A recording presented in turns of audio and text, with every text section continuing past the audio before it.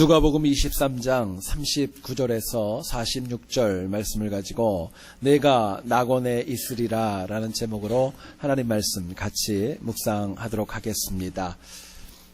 1990년대 초에 충청남도 예산군 응봉면에 거주하는 사람들 대부분은 직장과 자녀 문제로 인하여서 고향을 버리고 도시로 향하는 사람들이 참으로 많이 있었습니다. 그런데 그 중에서도 유독 안흥삼 장로님이라는 분만 그 마을을 떠나지 않고 끝까지 지키게 되었습니다.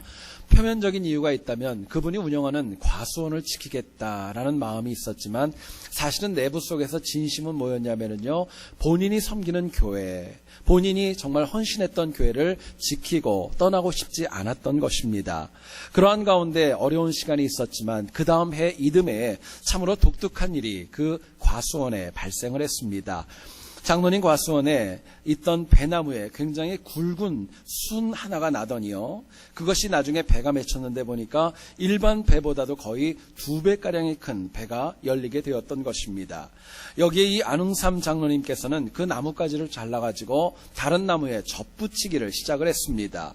놀랍게도 그렇게 수확되어진 배가 이듬해에는 엄청난 결과를 가져왔습니다.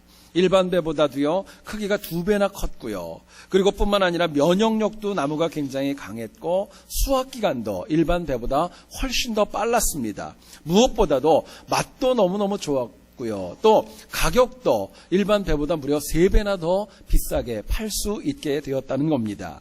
결국에는요, 응봉면은 다시금 사람들이 모이는 부촌으로 변화가 되어서 그곳에서 한국에서 참으로 유명하다고 하더라고요. 예왕배라고 하는 그 배를 생산하는 산지가 되었다고 합니다. 여러분, 예왕배라는 이름을 들어보신 적이 있습니까? 그 이름의 뜻은 이런 뜻이라고 합니다. 예수님께서 세상에서 가장 큰 왕배를 예산 지역에 주셨다. 그런 이름을 가지고 이 안흥삼 장로님이 지었다고 합니다. 여러분, 이 예왕배, 이 성공의 원인이 과연 무엇이었을까? 저희들이 묻게 됩니다. 많은 이유가 있겠지만은요, 안흥삼 장로님의 사랑하는 그 시각이 일반 사람들과는 분명히 달랐기 때문입니다. 많은 사람들은 자기 이익과 자기들의 삶을 바라보고 도시로 향했지만 하나님만 바라보고 하나님을 향한 시각으로 끝까지 자기의 자리를 지켰던 것입니다. 뿐만 아니라 철저하게 하나님만 붙잡고 어렵고 힘든 시간 인내하면서 그리고 배의 열매를 바라는 열정이 있었던 것입니다. 여러분, 사람은 누구나가 다 성공하기를 원합니다. 번성하기를 원하고요, 흥왕하기를 원하는 것 인지상정입니다. 그런데요, 이 땅 가운데 아무리 많은 성공을 이룬다 할지라도 우리가 반드시 이루어야 될 성공이 있습니다. 그것은 뭐냐면요, 이 땅의 삶을 넘어서 하나님께서 우리들에게 허락하신 낙원에 들어가는 것입니다. 구원받는 것이고 영생을 얻는 것, 이것이 바로 우리 인생의 가장 큰 성공이고 소원이라고 할 수 있는 것입니다. 여러분, 실제로요, 이 땅 가운데 많은 것들을 누리고 많은 것을 가지고 살았다 할지라도 훗날 하나님 나라에 들어가지 못하고 지옥에 떨어졌다면요, 그거는 누가 보아도 성공이라고 할 수 없는 것입니다. 같이 읽은 본문의 내용을 보면 예수님 옆에 있던 한 강도가 인생의 마지막에 낙원에 들어가는 장면을 말씀해 줍니다. 예수님께서 십자가에 달리실 때에는요, 양편의 강도 둘이 함께 십자가에 달려지게 되었습니다. 그런데 한 명은 끝까지 죽는 순간까지 발악하다가 사망하게 되었고요. 또 다른 한 명은 회개하고 하나님 주시는 낙원을 약속받고 생명을 다하였습니다. 여러분, 주님은 공생의 기간뿐만이 아니라 인생의 마지막 순간까지도 한 명의 영혼이라도 구원하기 위해서 헌신하는 모습을 저희들에게 보여주십니다. 바울은 에베소 2장 8절에서 이렇게 얘기를 합니다. 너희는 그 은혜에 의하여 믿음으로 말미암아 구원을 받았으니 이것은 너희에게서 난 것이 아니요 하나님의 선물이라 이야기합니다. 여러분, 구원, 영생, 낙원은요, 내가 얻는 거 아닙니다. 하나님이 주시는 겁니다. 선물이고 은혜입니다. 그런데 이 구원이 분명 하나님의 선물이지만 그 선물을 받기 위한 삶을 선택하고 결정하는 것은 바로 우리의 몫이라고 할 수 있습니다. 여러분, 본문을 통하여서 과연 그 구원받은 강도의 이야기가 오늘날 우리가 낙원에 이르기 위하여서 과연 무엇이 꼭 필요할까, 하나님이 주시는 메시지를 같이 한번 나누어 보았으면 좋겠습니다. 첫 번째로 생각할 것은요, 우리의 시각이 우리가 바라보는 관점과 시각이 바뀌어야 낙원에 이를 수 있다. 저희들에게 말씀하십니다. 본문을 보면은요, 예수님 옆에 한 강도는 십자가 고통이 너무너무 힘이 들었습니다. 그렇기 때문에 주님을 향하여 소리칩니다. 네가 그리스도가 아니냐, 우리를 좀 살려보라고 소리치면서 발악하게 됩니다. 죄를 짓고 십자가형까지 오게 되었지만은요, 그 시각과 태도는요 여전히 악하고 완악함 그 자체였던 겁니다. 그런데 또 한 명의 강도는 달랐습니다. 과거의 죄로 인하여 십자가에 달리기는 하였지만 이제는 그 시각과 관점이 변화해서 주님 앞에 자신의 구원을 위해 간구하는 위치까지도 변화가 되었던 것입니다. 여러분, 성경은요 저희들에게 분명하게 이야기합니다. 시각이 바뀐 사람은 구원받았고 시각이 바뀌지 않은 사람은 여전히 심판 가운데 죽었다는 걸 분명하게 이야기합니다. 여러분, 인간이 과거의 악한 시각을 고수하면서 하나님 주시는 낙원에 들어갈 수 있는 거 아닙니다. 옛날에 가지고 있는 시각 가지고 들어갈 수 없는 거예요. 결국 과거의 그릇된 모습에서 완전히 바뀌어야 합니다. 저희들이 운전을 하고 갈 때 길을 잘못 들면은요 90도 바꾼다고 해서 저희들이 원하는 목적지 가는 거 아닙니다. 180도 돌리셔야 됩니다. 완전히 유턴해야 되는 것처럼 우리들의 삶의 시각이 완전히 바뀔 때 비로소 하나님 허락하시는 낙원에 이를 수 있는 것입니다. 자, 그렇다면은요 우리의 시각이 바뀌어야 된다고 하나님 말씀하시는데 어떻게 우리의 시각이 바뀌어야 하나님 말씀하시는 낙원에 이를 수 있을까 묻게 됩니다. 본문은 저희들에게 이렇게 도전합니다. 우리의 시각이 나 중심적인 시각에서 이제는 예수 그리스도를 바라보는 하나님 중심의 시각으로 바뀔 때 비로소 우리가 이 땅 가운데 살아도 낙원에 들어갈 수 있다. 저희들에게 말씀해 주고 있습니다. 여러분, 십자가형은요 인간이 그냥 감당할 수 있는 그런 처형 아닙니다. 인간이 감당하기엔 너무나도 버겁고 엄청난 고통이 따르는 형벌입니다. 그렇기 때문에 한편 강도는요 너무너무 고통스러웠던 나머지 주변에 누가 있는지, 내가 소리를 지르는지 뭐 하는지 아무것도 신경 쓰지 않았습니다. 옆에 예수님께서 달리셨는데 저분이 과연 누구인지, 저분이 왜 십자가에 달리셔야 하는지, 왜 저분이 여기에 있는지 아무런 생각도 없었던 겁니다. 그리고 다만 나를 좀 살려내라고, 당신 그리스도 아니냐고, 이 고통 좀 덜게 해달라고 주님을 향하여 소리치고 또 소리쳤던 것입니다. 그런데요 옆에 있는 다른 강도는 어땠을까요? 여러분, 그 강도도 똑같은 육체의 고통이 있었을 겁니다. 너무너무 힘들고 어려웠을 거예요. 그러나 죄 없이 십자가에 달리신 예수 그리스도를 바라보는 시각을 가지게 되었습니다. 그리고 얘기를 합니다. 나는 내 죄값 때문에, 내 죄로 인하여 이 자리에 있지만 저분은 그렇지 않다는 거예요. 그렇게 생각하고 주님 앞에 간구합니다. 주의 나라에 임할 때 나를 기억해달라고, 나를 좀 기억해달라고 얘기를 합니다. 결국 구원받은 강도의 시각은요 고통스러운 자기 자아보다는 예수 그리스도를 바라보는 시각으로 바뀌었을 때 비로소 이제는 죽음이 아닌 생명으로 바뀔 수 있었던 것입니다. 여러분, 사람이 구원을 받고 낙원에 이르기 위해서는요 우리가 바뀌어야 됩니다. 전인격에 바뀌는 거요 쉽지 않습니다. 가장 먼저 이루어져야 될 것이요 우리의 시각의 변화입니다. 뭘 바라볼 것인가, 무엇을 보고 있는가가 바뀔 때에 비로소 우리가 하나님 말씀하시는 낙원에 들어가는 시작이 이루어지는 것입니다. 여러분, 그런데 우리 주변을 보면 사람은 잘 바뀌지 않습니다. 바뀌지 않고요 내가 바꾸기보다는 좀 저 사람이 바꿔주기를 원하는 마음이 저와 우리에게는 다 있는 것입니다. 어떤 가정에 실제로 있었던 일이랍니다. 사춘기가 된 딸이 엄마에게 이렇게 얘기를 했습니다. 엄마, 내가 요즘 사춘기 같은데 너무너무 예민하니까 나를 좀 이해해주고 용돈도 좀 많이 주고 나를 구박하지 말아달라고 이야기를 했습니다. 그러자 엄마가 딸에게 이렇게 답변했답니다. 알았다고. 근데 엄마도 얼마 전부터 갱년기가 시작되어서 나도 굉장히 예민하니까 너도 내 신경을 좀 건드리지 않았으면 좋겠다 이야기를 하더랍니다. 여러분, 낙원이 귀한 이유가 있습니다. 자력이 아니라 하나님께서 주시기 때문에 그렇습니다. 인간적으로 얻는 것보다 하나님이 주시기 때문에 귀한 거예요. 결국 그 낙원에 들어가려면 지금보다 내가 가지고 있는 시각이 하나님 중심으로 더 많이 바뀌셔야 마땅한 것입니다. 빌립보서 3장 8절을 보면 바울의 위대한 신앙 고백이 나옵니다. 또한 모든 것을 해로 여김은 내 주 그리스도 예수를 아는 지식이 가장 고상하기 때문이라. 내가 그를 위하여 모든 것을 잃어버리고 배설물로 여김은 그리스도를 얻고 분명히 말씀하고 있습니다. 여러분, 바울은요, 유대인 중에서도 로마의 시민권을 가지고 있을 정도로 상류층 이민자 가정 출신입니다. 당대 최고의 석학이라고 할 수 있는 가말리엘 문화에서 공부를 할 정도로 굉장히 명석한 인물이었었습니다. 열정도 있었습니다. 그래서 많은 사람들에게 인정받고요, 어디 가든지 환영을 받는 인물이었습니다. 그런데 그가 다메섹 도상에서 예수 그리스도를 만난 다음에 세상적인 모든 것들에 바라보는 시각이 완전히 바뀌게 됩니다. 옛날에 자기를 지탱해 줬고 자기를 갖다가 자기 되게 했던 모든 것들 다 내려놓고요, 이제는 주님만이 귀하다는 거예요. 옛날에 있었던 것들이 심지어는 버려야 될 배설물이 된다고 고백하고 있는 것입니다. 바울의 인생이 변한 이유가 있습니다. 과거 자기 중심적인 시각이 이제는 하나님 중심으로 그 시각이 바뀌었기 때문에 하나님 그 영혼을 유럽과 역사에 있어서 가장 힘있고 능력 있게 그 영혼을 사용해 주셨던 것입니다. 여러분, 사람은 누구나가 다 자기 자신만을 바라보고 내가 의롭다고 생각하고 내 사정만을 합리화시키는 자기 의로움이 누구에게나 있습니다. 근데 여러분, 자기 의로움은요, 항상 보면은 나 중심적입니다.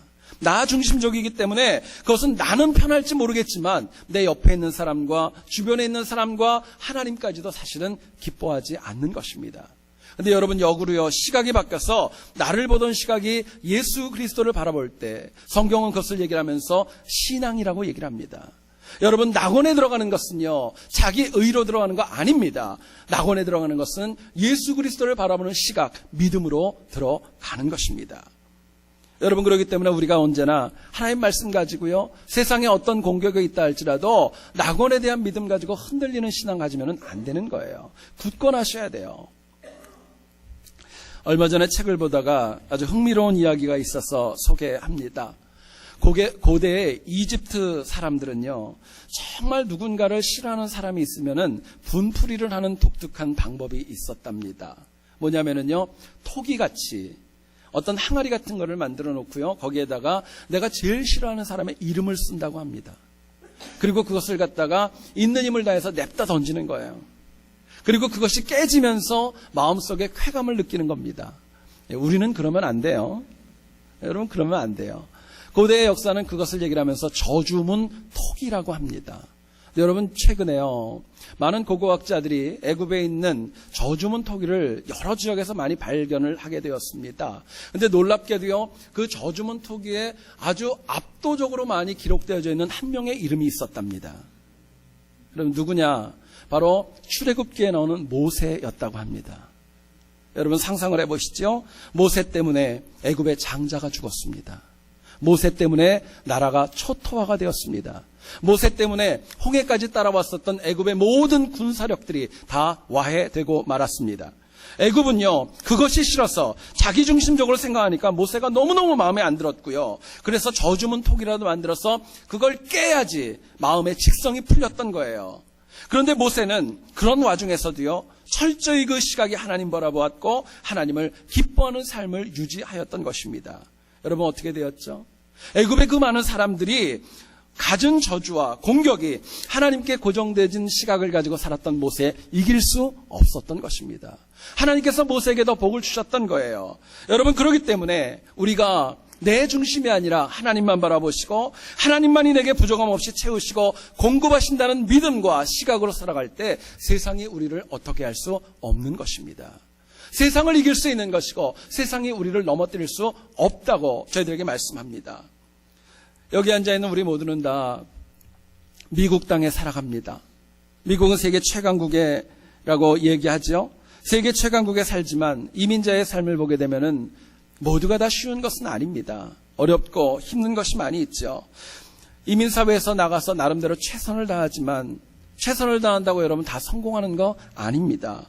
LA에서만 여러분 아십니까? 하루에 팔리는 총기가, 권총의 그 숫자가 무려 200정이나 된다고 합니다. 한 주가 아니에요. 하루예요. 그만큼 위험하기 짝이 없는 현실을 살아갑니다. 하루가 다르게 물가도 올라가고요, 가스값도 올라갑니다. 열심히 사는 중에 생각지 않게 우리 건강이 상해서 병원에 갈 때도 있고 응급 상황이 발생할 수도 있는 것입니다. 문화가 다릅니다. 말도 많이 다르고요. 어떤 경우에는 정말 내가 몰랐었는데 나도 모르게 내가 당하는 불이익이 우리들의 삶 가운데 발생할 수도 있는 것입니다. 우리 자녀들 좀 잘되기 원해서 이 땅에 왔는데 생각지 않은 많은 미혹과 유혹으로 인하여 우리 자녀들이 힘들어하고 그들의 미래가 더욱더 어두워져 가는 거 우리가 바라볼 때 얼마나 마음이 아픈지 모릅니다. 여러분 생각해 보시면은요, 하나님께서 지키시고 하나님께서 보호하지 아니하시면 우리는요 생존 자체가 불가능한 것입니다. 하루도 못 살아요. 한 시간도 우리가 살아갈 수 없는 것입니다. 여러분 그렇기 때문에 우리의 시각은요 나 중심적이 아니라 하나님 바라보고 예수 그리스도를 바라보는 시각이 너무나도 우리에게 절실한 것입니다. 시편 121편 1절과 2절은 얘기를 합니다. 내가 산을 향하여 눈을 들리라. 나의 도움이 어디서 올꼬? 나의 도움이 천지를 지으신 여호와에게서로다 말하고 있습니다. 여러분 우리 현실을 한번 보세요. 눈앞에 뭐가 보입니까? 하나님 앞에 예배하는 산만, 여호와의 산만 보이는 거 아닙니다. 우리 눈앞에는 사람도 보이고 내 자아의 이익도 보이고 미혹도 보이고 범죄도 눈에 보이는 것입니다. 그러나 나를 돕고 나를 회복시키시고 나를 낙원으로 이끌 수 있는 분은 오직 여호와 하나님밖에 없는 것입니다. 여러분 어떤 선배 목사님께서 지난번 저희 교회에서 시차례를 할 때 오셨는데 한마디의 말씀을 하셨는데 제가 참 기억에 남습니다. 이렇게 얘기를 하시더라고요. 교회는 하나님의 은혜로 되는 것입니다. 재벌이 와도 안 됩니다. 이야기를 하더라고요. 여러분 재벌이 있어서 아무리 많이 서포트해도요 하나님의 교회는 안 된다는 거예요. 하나님의 은혜로 되는 것입니다. 마찬가지로 세상의 물질, 명예, 사람과의 인맥이 나를 도울 수 있는 거 아닙니다. 나를 돕고 세워주고 채워주시는 은혜는 오직 천지를 지으신 하나님밖에 없습니다. 여러분 그렇기 때문에 신앙인은요 언제 어디서 누구와 무엇을 해도 우리의 시각은요 하나님 바라보시고 하나님 중심적으로 되어야 마땅한 것입니다. 우리가 이 땅을 살아갈 때 하나님께서 주시는 은혜가 있기 때문에 승리할 수 있습니다. 넘어지지 않는 거예요. 이 땅을 이어서 낙원을 충분히 받을 수 있는 능력과 권능이 우리에게 있는 것입니다. 문제는 자꾸 내가 나 중심적으로 내 생각과 내 고정관념에 붙잡혀가지고 그것만 바라보는 거, 그거 바꾸셔야 됩니다. 그게 바뀌시고 우리의 시각이 낙원을 주시는 하나님 바라볼 때 우리의 삶이 이 땅 가운데도 승리할 수 있다. 분명히 말씀해 주고 있는 것입니다. 여러분 간절히 원하는 것, 우리의 남은 인생과 우리의 한 주간의 삶이 비록 죄 중에 산다 할지라도 우리 한 명도 빠짐없이 낙원의 주인공 될 수 있는 우리 모두 될 수 있기를 주님의 이름으로 축원드립니다. 두 번째로 생각할 것은요, 우리가 하나님 붙잡고 살아야 낙원에 이를 수 있다 이야기합니다. 하나님 붙잡는 겁니다. 우리가 십자가형을 생각할 때 많은 분들이 가지고 있는 오해가 있습니다.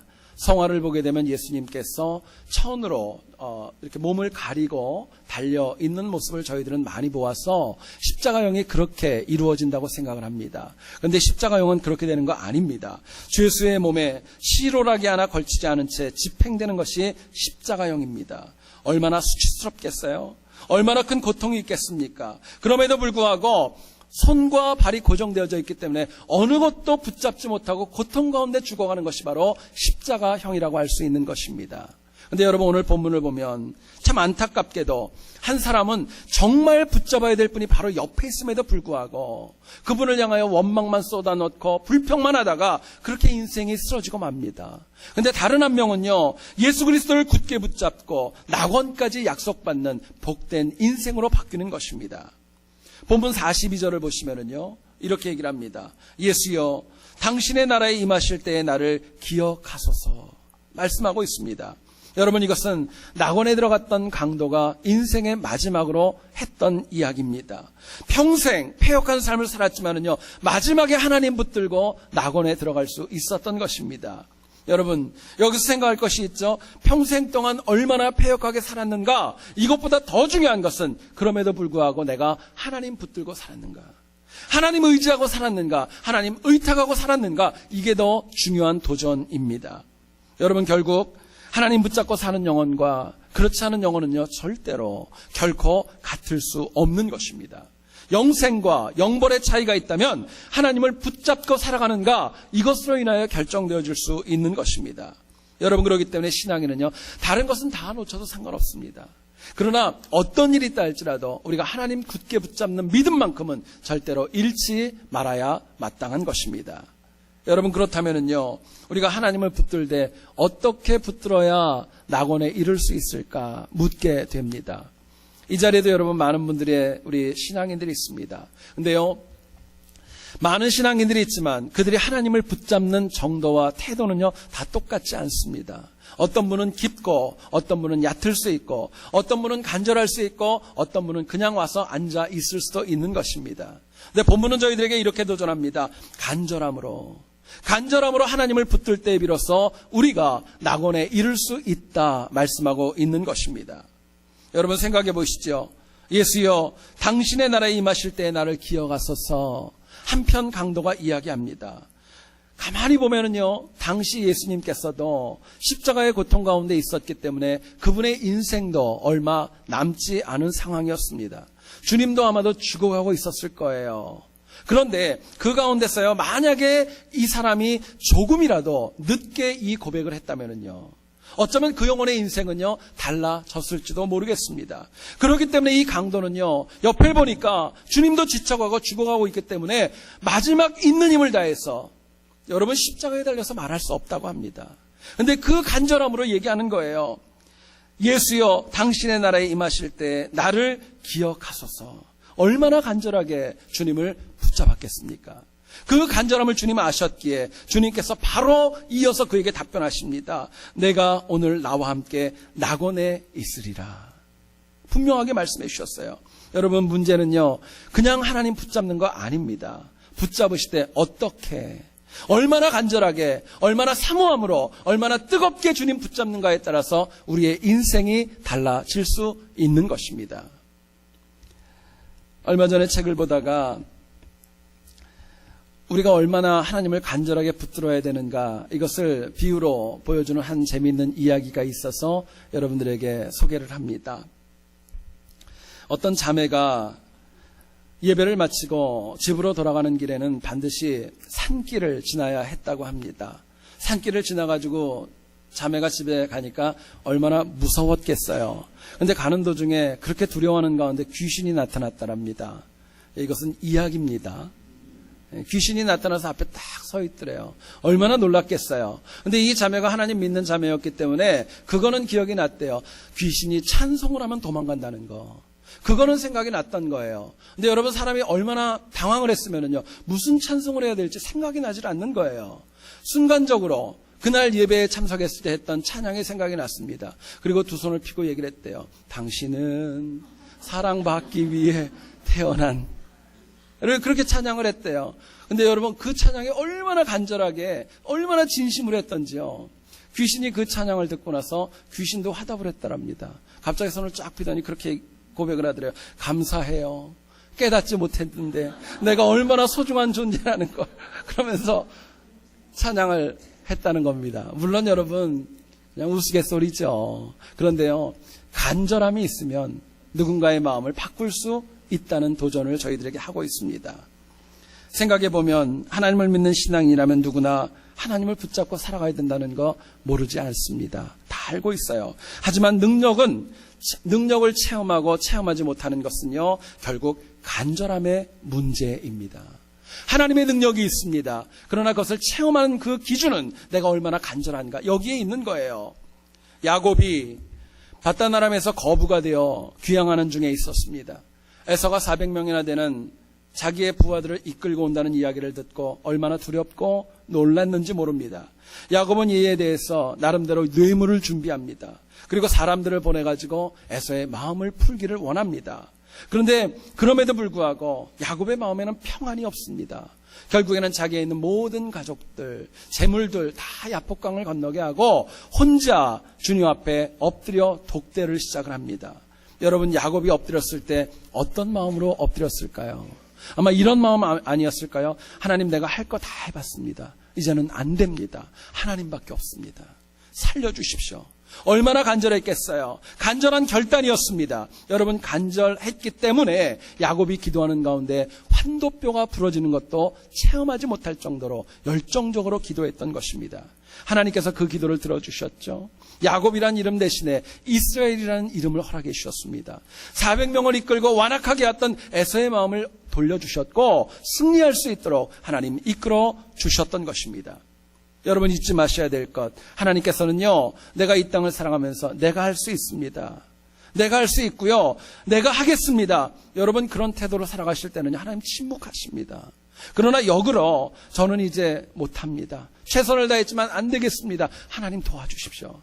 하나님밖에 없습니다. 여러분 그렇게 엎드릴 때 비로소 하나님의 능력과 권능이 시작되어지는 것입니다. 우리가 이 땅을 사랑하면서 참 많이 쓰는 말이 있습니다. 어지간히라는 말을 참 많이 씁니다. 국어사전을 찾아봤습니다. 어지간히는요, 수준이 보통에 가깝거나 그보다 약간 더한 경우를 어지간히라고 쓴다고 합니다. 또 한 가지의 의미가 있습니다. 어떤 정도나 형편이 기준에 크게 벗어나지 않을 때, 바운더리 안에 있을 때 어지간히라는 말을 쓴다고 합니다. 결국 여러분 어지간히라는 말은요, 가까이는 있는 거예요. 근데 정확하게 맞아떨어지고 합한 것은 아니라고 얘기를 하는 겁니다. 사도행전 13장 22절을 보면 하나님이 다윗을 이렇게 얘기하십니다. 내가 이새의 아들 다윗을 만나니 내 마음에 맞는 사람이라 이야기하고 있습니다. 여러분 여기서 맞다라는 말의 헬라어 원어를 보면은요, 마치 톱니바퀴가 정확하게 맞아가지고 굴러가는 것처럼 정확하게 일치한다는 뜻을 가지고 있습니다. 여러분 톱니바퀴를 아시죠? 그게 같이 연결이 돼서 굴러가기 위해서는요, 어지간히 맞아서는요, 절대로 굴러갈 수 있는 거 아닙니다. 여러분 낙원에 들어가려면은요, 우리의 신앙생활이 믿기는 믿되 정확하고 철저하게 하나님 바라보셔야 됩니다. 그분 붙잡으셔야 돼요. 왜냐하면 능력이 일어나고 이적이 일어나는 것은 사모함으로 철저하고 간절하게 하나님 의지할 때 비로소 체험할 수 있는 것이기 때문에 그렇습니다. 1963년 쿠진스라고 하는 사람이 갑작스럽게 열병과 무기력증에 걸리게 됩니다. 이 사람이 걸린 병을 보니까 당시에는 너무나도 생소했었던 클라겐이라고 하는 질병에 걸려 있었다고 합니다. 이 클라겐은 당시에 약도 거의 없었고요. 이 쿠진스가 클라겐에 걸려서 얼마나 심각했던지요. 2, 3일이 지나고 나서부터는요, 손발을 움직이지를 못합니다. 꼼짝도 못하는 거예요.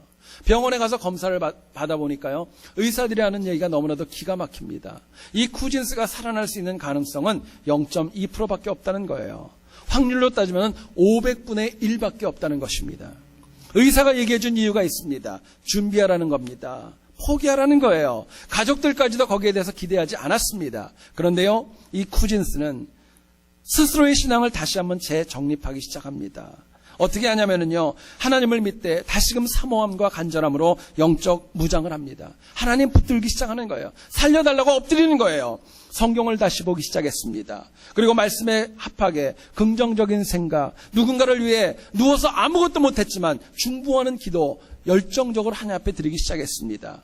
여러분 놀라운 것은요, 하나님의 말씀에 대한 그 간절함, 하나님에 대한 사모함, 뜨거움이요, 결국 500분의 1밖에 되지 않는 그 확률을 이기고 온전하게 치유될 수 있었다고 합니다. 여러분 꼭 잊지 마셔야 될 것, 어디서들은 간접적인 능력, 또 어지간히 하겠다는 마음으로는요, 하나님 주시는 낙원 체험할 수 있는 거 아닙니다. 우리 모두는 죽을 수밖에 없는 죄인입니다. 근데 여러분 더 명심하시기 원합니다. 우리는 낙원에 들어갈 수 있습니다. 충분히 갈 수 있는 존재들입니다. 문제는 어떤 능력과 어떤 달란트가 아니라 우리 안에 과연 사모함과 간절함을 내가 잃어버리지 않고 있는가, 가지고 있는가, 그게 더 중요한 것입니다. 그거 가지고 있으면 절대로 넘어지지 않는 거예요. 우리가 많은 분들이 하나님 앞에 헌신하겠다고 작정을 합니다. 그렇다면 여러분 마음 바뀌지 마시고 하나님 주신 은혜에 감격함으로 간절함으로 그 일에 헌신할 줄 알아야 됩니다. 상황에 따라서 바뀌는 거 있을 수 있습니다. 근데 그렇게 상황에 따라 바뀌면은요, 낙원에 가는 거리는 그만큼 멀어지는 겁니다. 여러분 멀어지면은요, 돌아오는 거리도 멀어지는 거예요. 결국 우리의 삶이 너무도 힘들고 어렵고 고단하기 때문에요, 반드시 우리들의 삶에는 하나님의 인정과 하나님의 사랑과 하나님의 은혜와 능력이 필요한 것입니다. 여러분 주일날 교회에 왜 오셨어요? 많이 바쁘시고 힘드시고 고단하신 가운데 여러분 오신 이유가 있다면 한 주간 저희들이 살아가야 될 하나님의 영적 양식을 공급받기 위해 오신 거 아닙니까? 여러분 문제는요, 하나님이 주시는 능력은 많이 있습니다. 권능도 많이 있습니다. 은혜도 많이 있어요. 그러나 갈급함을 가진 영혼만 그것을 가질 수 있다는 거 잊지 마셔야 됩니다. 갈급함이 있으면 받을 수 있습니다. 공급받을 수 있지만 그거 없으면 사실은 자리에 나와서 시간만 낭비할 수도 있다는 것 저희들에게 말씀하고 있는 것입니다. 여러분 최근 들어서 우리 교우들하고 얘기하고 또 여러 사람을 만나도 입에 공통적으로 나오는 이야기가 있습니다. 힘들다. 또 한 가지가 있죠. 죽겠다. 그 이야기 참 많이 하십니다. 여러분 그렇다면은요, 그렇게 힘들고 그렇게 죽겠다는 말을 많이 하면은요, 이제 딴 거 의지할 여력 없습니다. 하나님만 붙잡으세요. 하나님만 잡으세요. 하나님의 것을 붙잡고 있다면 그거부터 놓으셔야 합니다. 하나님께서는 하나님만 붙잡고 나아가는 영혼이요, 절대로 외면하지 않습니다. 다시 극복하게 하시고 다시 회복하게 하시고 새로운 은혜와 능력으로 채워주시는 것이 하나님의 영적 법칙이기 때문에 그렇습니다. 여러분 간절히 원하는 것, 그 간절함 가지고 이 패역한 세상을 이기고 낙원에 이르는 승리가 우리 모두에게 있기를 다시 한번 주의 이름으로 축원드립니다. 제가 세안교회에 부임하고 나서 초기에는 새벽 기도가 끝나면 참 재미있는 교회 전통이 있었습니다. 새벽 기도에 참석했던 대부분의 분들이 다 맥도날로 갑니다. 그래서 가서 커피 마시고 또 같이 교제하고 즐거운 시간을 가집니다. 근데 한 번은요, 제가 참 황당한 일이 있었습니다. 맥도날드에 도착을 해가지고 열쇠로 트렁크를 열고 닫는 순간에 손가락에 끼어있던 키가 트렁크에 빠지면서 닫혀버린 거예요. 여러분 상상을 해보세요. 키는 하나밖에 없었습니다. 얼마나 제가 당황했겠어요. 그때 바빴거든요. 어쩔 줄 몰라 하는데 한 분이 도움을 주셔서 락스미스가 와서 그것을 열었던 기억이 있습니다. 여러분 생각해 보시죠. 하루 살면서 열쇠를 놓쳐서 트렁크에 들어가도요, 얼마나 당황하고 놀래고 하루의 삶이 정말 불편한지 모릅니다. 근데 여러분 상상을 해보시죠. 만약에 우리가 낙원을 놓쳤다면, 낙원이 없다면, 그것을 나도 모르게 빠져서 내 인생 가운데 없다면요, 그것처럼 안타깝고 그것처럼 마음 아픈 것이 어디에 있겠습니까? 여러분 낙원은요, 붙드셔야 돼요. 놓치면 안 되는 거예요. 그렇기 때문에 이거를 위해서 본문은 얘기합니다. 나를 보는 시각이 예수 그리스도를 바라보는 시각으로 바뀌어야 합니다. 뿐만 아니라 간절함과 사모함으로 하나님 붙들고 하루하루 살아가야 마땅한 것입니다. 그래서 여기 있는 우리 모두가 다 한 명도 빠짐없이 하나님 허락하신 낙원에서 함께 하나님 찬양하는 승리가 있기를 다시 한번 주님의 이름으로 축원드립니다. 기도하겠습니다. 걸어가신